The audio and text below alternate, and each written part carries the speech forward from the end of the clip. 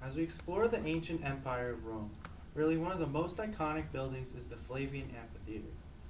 Popularly named the Colosseum, the arena towered over the southeast end of the Roman Forum. When we examine it, the building is truly a significant piece of how we view the Roman Empire at the time. As the Romans seized countless areas of land, daily life in Rome for the average citizen dramatically altered due to a strong urbanization movement. The Roman Empire had become so large, giving people more time for their own interests. With this in mind, people saw fighting as the ultimate entertainment, and as a result, the Colosseum was a place where criminals and professional fighters would fight animals to the death. While this could be seen as an innovation for the time, the true innovation comes from the intricate construction of the building and how well crowds could move in and out of the building. To start off, the Colosseum was not the first building to be featured where it was constructed. It is actually a pretty remarkable story that comes before the Colosseum. In 64 CE, there was a fire that destroyed much of the Aventine and Palatine hills.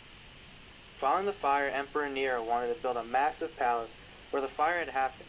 However, the citizens already angered that he did not respond to the fire fast enough, or that he even started the fire himself, were very resistant. In the end, though, he seized the aristocratic land and even carved into the Oppian hillside for part of his palace.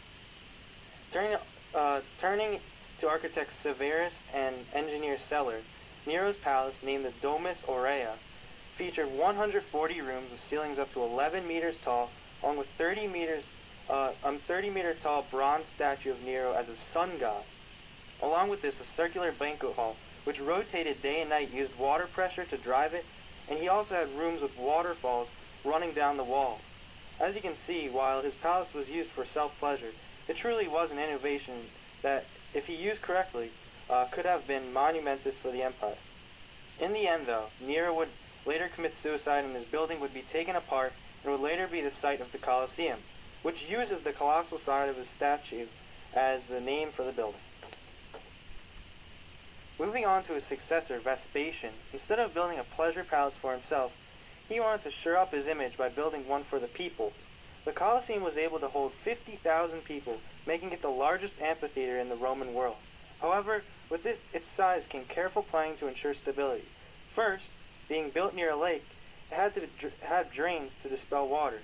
Second, the foundation used concrete ranging from 13 to 42 feet. In doing this, the ground level was raised almost 23 feet, allowing for people to look up and fascinate about its size and see how strong the Romans truly were. Along with this, the Colosseum incorporates symmetry similar to the Pantheon. The Colosseum was meant to be constructed in a 5:3 ratio. Also, the perimeter of the building was to be split up evenly among 80 entrance arches. So with each being 20 feet wide, with an extra 3 feet due to deviation in Roman measurements, the Colosseum was 80 times 23, equaling 1,840 feet, and the arena was adjusted to 280 by 168, which is still the 5:3 ratio. Another interesting piece of mathematics was the width of the auditorium area, height of the external facade, and width of the arena area were equal. Overall, the Colosseum was carefully put together in the way the Romans thought were ideal. The building had 4 stories having superimposed arches with semicircular columns. On the first story there are Tuscan columns, the second had Ionic, and the third had Corinthian. The last one has pilasters with Corinthian capitals. The pilasters have windows that once held the masts for awnings to hang above.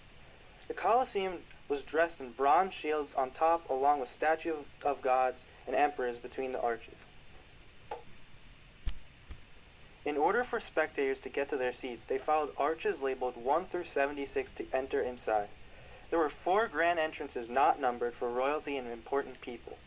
Each floor had grand circular promenades, decreasing in decoration as you went upward. Unlike the other floors, the first had marble flooring with stucco ceilings.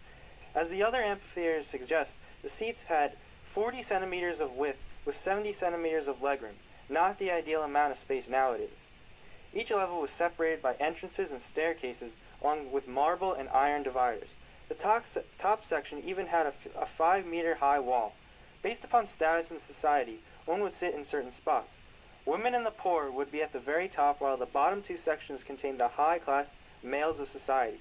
The seating arrangements were truly an innovation in how amphitheaters were set up and paved the way for future ones. As for the actual arena section, there were 15 centimeters of sand, sometimes dyed red to look like blood.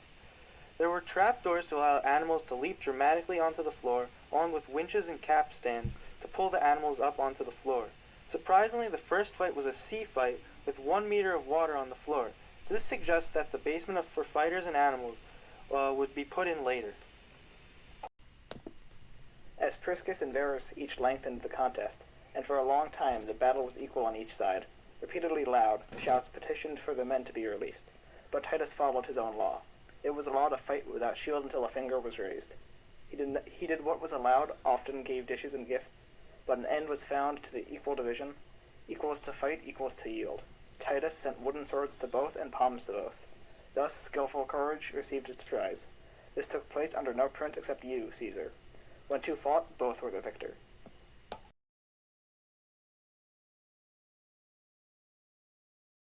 In the end, the Colosseum was truly an innovation of entertainment in Roman culture, showing how powerful the empire was at the time and how different the building was from traditional Greek and Roman architecture.